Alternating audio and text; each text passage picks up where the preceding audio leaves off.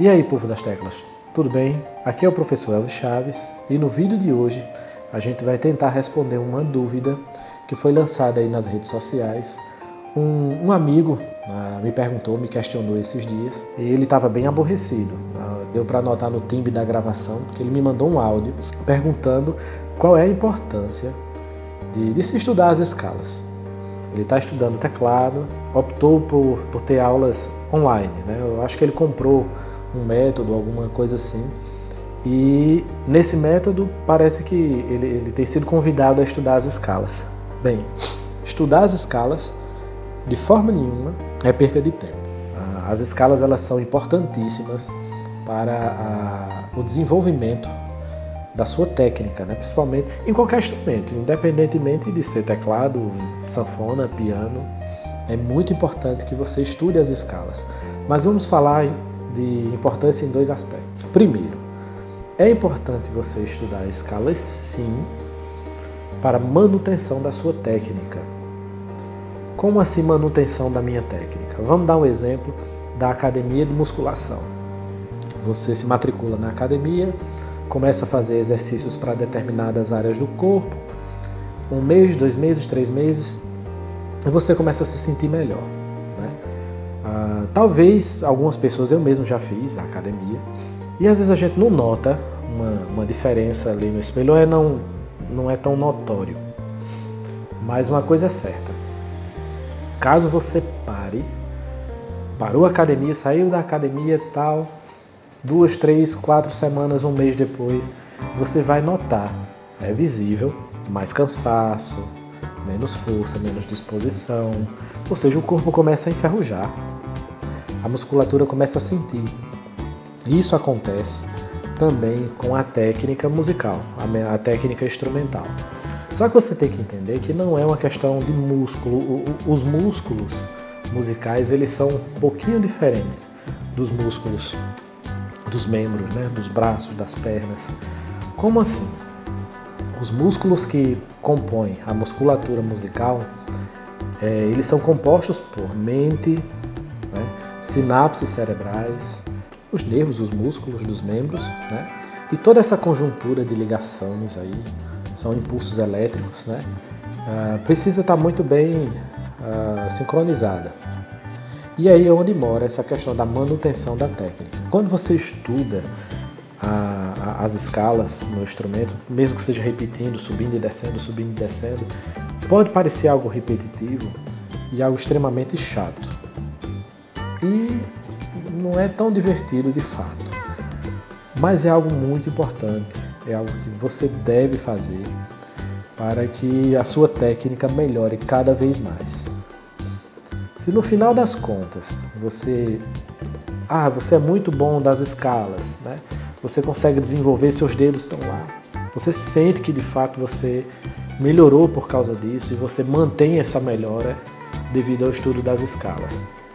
Mas mesmo assim você pergunta, ou você indaga, eu não sei o que é que eu vou fazer com isso. Eu pratico, mas afinal de contas, as escalas servem para quê? Acredito que o seu estudo de teoria anda meio teórico demais. Talvez você não tenha buscado aplicações práticas para a questão das escalas, porque, não sei, você talvez não frequente um ambiente musical, talvez você não participe de uma banda, ou talvez você nunca se apresente. A sua única preocupação é estudar o livro, decorar as escalas, as regras, e achando que isso vai melhorar a sua musicalidade. Não. Você tem que aprender a teoria, você tem que aprender as escalas, mas você tem que ir para o campo, tá? Você tem que ir para a igreja, tocar no ministério de louvor lá da sua igreja. Você vai ter que errar, você vai ter que apanhar um pouco, você vai ter que tocar na banda, você vai ter que dar recitais, trocar a tonalidade das músicas, você vai ter que acompanhar alguns musicistas, alguém cantando. Essa pessoa vai chegar para você e vai dizer, olha, esse tom não tá bom. Você está tocando aí em que tom? Em dó. Vamos subir aí 2 tons. É outra tonalidade, outra escala, outros acordes, outro campo harmônico. Ou seja, precisa de uma aplicação prática, de uma problemática real, né? Você tem que sair um pouco do estúdio onde você está estudando e procurar colocar isso em prática com problemas musicais, problemas corriqueiros, problemas que os músicos de estúdio, quando estão gravando, enfrentam, problemas de um ministério de louvor, quando está ensaiando, enfrenta, né? Porque um cantor não conseguiu chegar numa determinada nota, em uma determinada frase, tem que mudar o tom. Você tem que parar para pensar, entendeu? Raciocinar. É aí que você vai passar a entender a praticidade das escalas. Até então, nos livros, a gramática, a teoria musical, ela só vai te trazer regras, como formar as escalas, qual a digitação correta das escalas, mas não vai te dizer diretamente assim, olha, as escalas você vai usar para isso, isso e isso.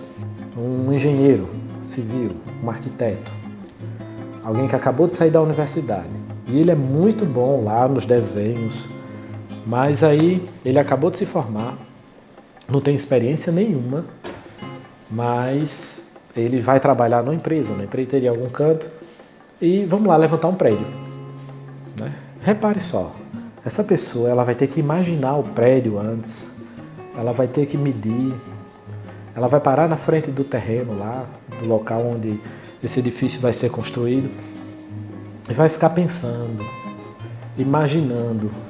Ou seja, existe um tempo de raciocínio, de imaginação. Eu noto que os alunos de hoje, os musicistas de hoje, eles perderam um pouco dessa capacidade de ver a música, de imaginar a música. O segundo aspecto, né, que a gente pode levar em conta para a importância do estudo das escalas é uma questão de percepção auditiva. E isso está muito ligado à geração de experiência, né, daquela coisa mais empírica, de você de fato ouvir o som e se acostumar com ele. Mas vai um pouquinho mais além do que você ouvir um som de uma nota, por exemplo, Dó, e reconhecer que aquilo é um Dó.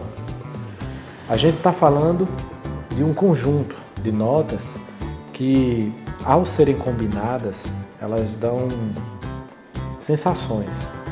E essas sensações, elas lembram sabor.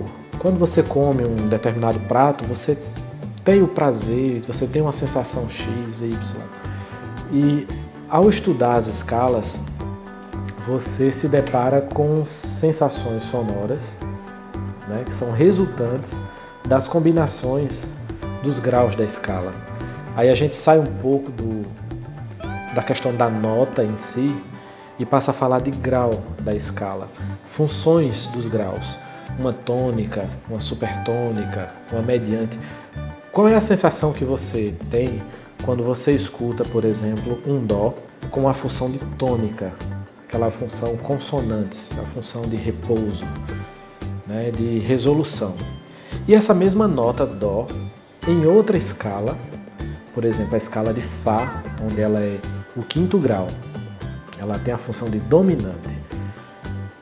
Você nota que ao tocar a escala de Dó, você escuta o som da nota Dó e vai notar que a sensação de ouvir essa nota é conclusiva, ou seja, é consonante. Quando você escuta essa mesma nota numa escala como a escala de Fá, onde ela é o quinto grau, Dó, Ré, Fá, Sol, Lá, Si, Dó, quinto, ela é uma dominante. A sensação é de dissonância, ou seja, de movimento. Olha que coisa interessante. Ao comparar duas tonalidades, você vê a escala de Dó, Dó é tônica, função consonante. Vamos para a escala de Fá, Dó é quinto grau, função dissonante. Isso é teórico. Você precisa saber disso, obviamente, nos livros. Você tem que saber o nome da função, o grau. Mas você tem que ligar isso à prática. Então você não pode simplesmente treinar as escalas, indo e voltando, assim displicentemente, sem levar em conta algumas observações, né? Os graus, as funções dos graus, e tentar sentir, né, qual é a sensação que esses sons, essas combinações trazem para você. Para você, não é no geral. Eu acho que deu para ficar claro, né? do que se trata essa questão de treinar as escalas. Não adianta você ficar aborrecido, não adianta você perder a paciência, não adianta você buscar outros caminhos. Existem outros exercícios, Hanon, Czerny, para piano. Um tecladista pode se utilizar desses recursos, sim. No final das contas, muita coisa gira em torno de: professor, eu toco errado, quando eu toco eu fico nervoso, e o que é que eu posso fazer para tocar com menos erros e tal. A gente tem muito essa preocupação, mas é uma preocupação não só do estudante, mas o músico profissional, ele também erra, né? Ele também tem dificuldades, ele também tem defeitos que precisam ser melhorados, administrados e tal. E não se engane não é porque você é estudante que somente você estuda as escalas. Não, os músicos profissionais também estudam, né? Só que eles passaram por essa fase de aprendizado, né, de incompreensão, de não conseguir perceber qual de fato é a utilidade prática das escalas. E todo músico passa por isso. Infelizmente, alguns aprendem mais rápido, outros levam mais tempo. Uns são vocacionados, eles têm, sei lá, um ouvido relativo bem treinado, ou um ouvido absoluto natural, algo que ele adquiriu desde o dia que nasceu e foi se desenvolvendo. E quando se depara com o instrumento, a capacidade que essas pessoas têm de perceber o som, de imaginar e de resolver no instrumento é muito maior do que pessoas que não têm essa habilidade. Ou seja, obviamente vão levar mais tempo, né, para chegar no resultado que elas desejam. Então, repetindo o nosso questionamento, a gente está falando sobre a importância do estudo das escalas. E nesse vídeo eu tentei dar pelo menos duas importâncias. A importância que vai te levar à manutenção da tua técnica, né, onde você vai estar sempre, digamos, treinando a musculatura musical. Essa musculatura musical ela é formada pela minha mente, pela imaginação, meu raciocínio, as sinapses cerebrais, que a minha própria musculatura, tendões, músculos, nervos, tudo isso está conectado numa conjuntura que precisa estar muito bem conectada, muito bem lubrificada, né? Muito bem trabalhada, né? Uma coisa tem que estar...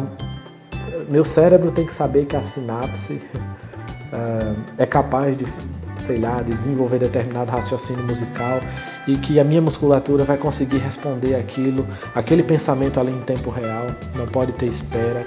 E isso é algo difícil de se adquirir e as escalas ajudam nesse ponto. Então, não pare de estudar as escalas, estude sempre. E a outra justificativa seria o fato de você ter contato com as sensações sonoras da escala. Uma nota Dó, sim, um simples Dó, pode ter 7 funções. Dó, na sua própria escala, é tônica, tem função consonante. Dó na escala de Fá é quinto grau, tem função dissonante, é uma dominante. Então, quando você começa a perceber essas coisas, as coisas vão começar a fazer sentido. Não pare de estudar as escalas, você tem que saber teoria, você tem que treinar, sim, no seu instrumento, seja ele qual for. Uma coisa que esse rapaz me questionou também, a questão de metodologia, das aulas online e tal. Uma coisa que eu percebi na gravação que ele me enviou é que ele estava um tanto ansioso, aborrecido, porque ele tinha essa dúvida e, de certo modo, não teve a oportunidade de conversar com um profissional da área, com o método que ele comprou, porque o método é estático, né? Faça isso, mas você não consegue dialogar. E música é uma coisa extremamente humana, né? É uma arte que requer diálogo, né? Requer conversa. E essa troca de experiências é de onde parte a geração de conhecimento musical. Então é muito importante que você tenha um contato, nem que seja à distância, que hoje é muito mais fácil, e procurar falar sobre as suas dificuldades. E essa troca de experiência vai te ajudar muito na questão da motivação, né?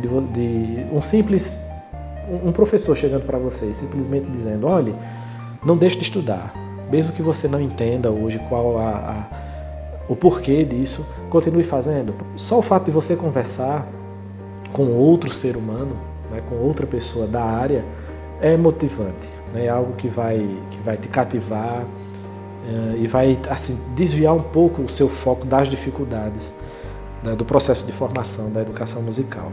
Não esqueça de deixar seu like aí no canal, tá certo? Faça sua inscrição também, compartilhe, mande suas dúvidas. Eu acho que esse vídeo ele ficou um pouquinho longo. Eu acho que a gente está trazendo um tema interessante, né? Eu não costumo deixar os comentários abertos, mas neste eu vou deixar. E se você tiver alguma contribuição positiva, por favor, faça um comentário, deixa o like, se inscreva no canal, compartilhe o vídeo do professor. E a gente vai ficando por aqui mais uma vez.